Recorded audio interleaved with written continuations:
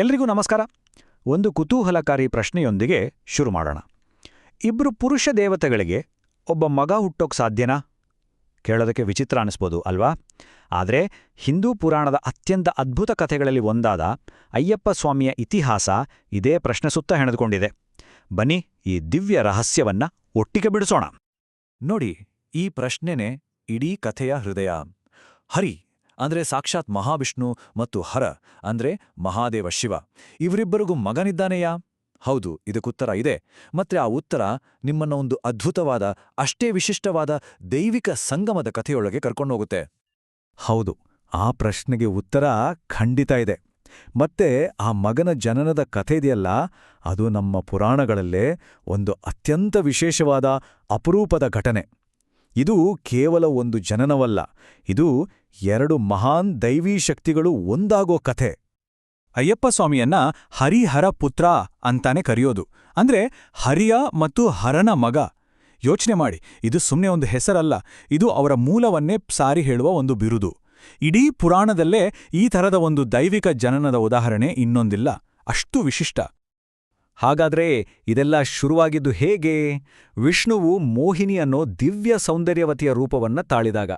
ಆ ಮೋಹಿನಿಯ ರೂಪ ಎಷ್ಟೊಂದು ಮೋಡಿ ಮಾಡುವಂತಿತ್ತು ಅಂದ್ರೆ, ಸ್ವತಃ ತ್ರಿಕಾಲ ಜ್ಞಾನಿ ಮಹಾದೇವನೇ ಅವಳ ಸೌಂದರ್ಯಕ್ಕೆ ಮುರುಳಾದರು.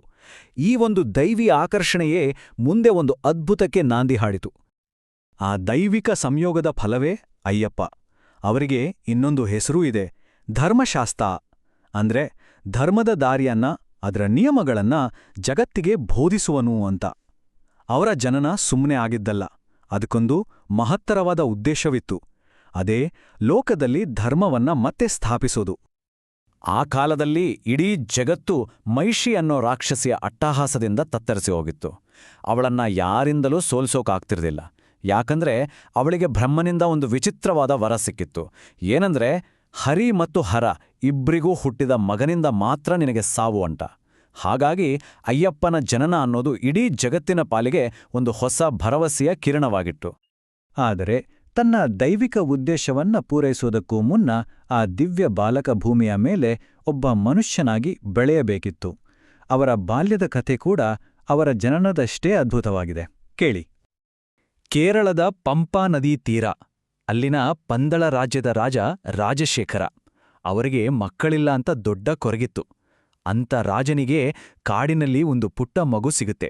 ಇದನ್ನ ದೈವಾನುಗ್ರಹ ಅಂತಾನೆ ಭಾವಿಸಿ ರಾಜ ಆ ಮಗುವನ್ನ ಅರಮನೆಗೆ ತಂದು ತನ್ನ ಸ್ವಂತ ಮಗನಂತೆ ಒಬ್ಬ ರಾಜಕುಮಾರನಾಗಿ ಬೆಳೆಸ್ತಾನೆ. ಆ ಮಗುವಿನ ಕುತ್ತಿಗೆಯಲ್ಲಿ ಒಂದು ದೈವಿಕ ಮಣಿ ಇರುತ್ತೆ. ಅದಕ್ಕೆ ಅವನಿಗೆ ಮಣಿಕಂಠ ಅಂತ ಹೆಸರಿಡ್ತಾರೆ.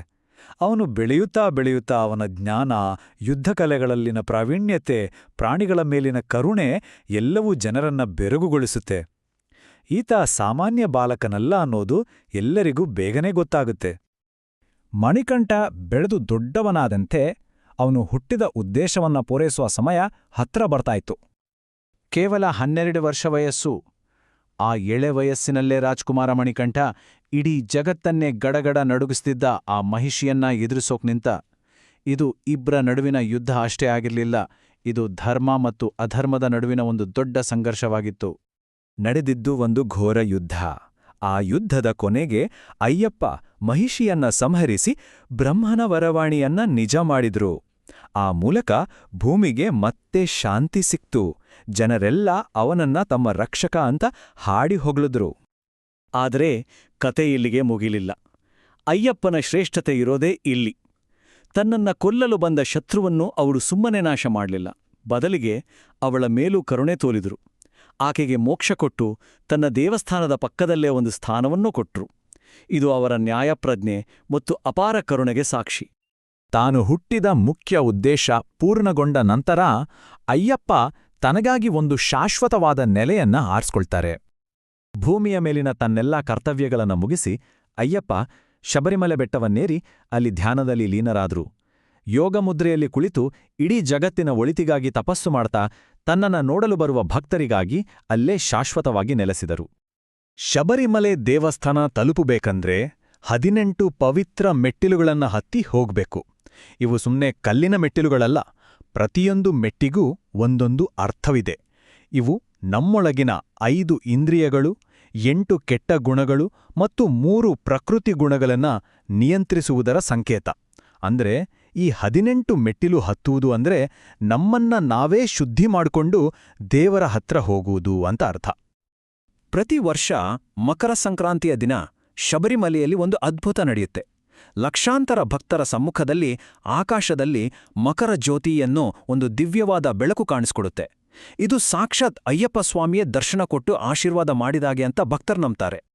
ಸರಿ, ಇಂತಹ ಅಯ್ಯಪ್ಪ ಸ್ವಾಮಿಯ ದರ್ಶನ ಪಡೆಯೋದು ಅಷ್ಟು ಸುಲಭವಲ್ಲ. ಅದಕ್ಕೆ ಭಕ್ತರು ಒಂದು ಕಠಿಣವಾದ ವ್ರತವನ್ನ ಮಾಡಬೇಕಾಗುತ್ತೆ. ಶಬರಿಮಲೆಗೆ ಹೋಗೋಕ್ಕೂ ಮುಂಚೆ ಭಕ್ತರು 41 ದಿನಗಳ ಒಂದು ಕಠಿಣ ವ್ರತವನ್ನ ಕೈಗೊಳ್ತಾರೆ.